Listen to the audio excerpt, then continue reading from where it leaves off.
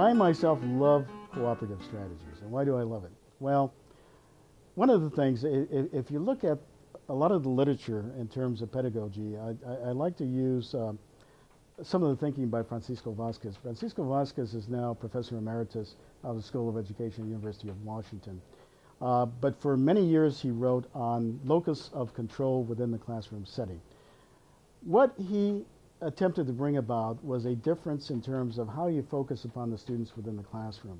One way of focusing the student is to make the teacher basically the authoritarian information giver. Okay, that's the more formalized structure that many of us are used to.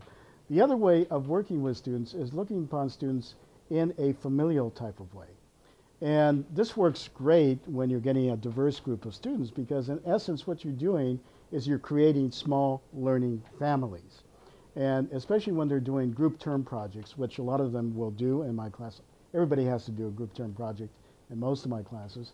And what happens is it gets groups of students working together on ideas, on concepts, on how are they going to put out a product. And the product is not only a written product in terms of a group term paper, but they also have to do a presentation and present the presentation as a group, and each member of the group has to be contributive to that presentation. So in essence, you can't pick your two best speakers or your two best presenters and have them present the group term project. Everybody has to be part of the presentation. And what it really does, it allows students to learn from one another. They have to produce a product, they have to confer together, they have to negotiate with one another, they have to come up with a set of strategies that first of all will in some way work with me as the instructor, but moreover that's going to make them successful in terms of producing a paper and ultimately a presentation that they give back to their classmates.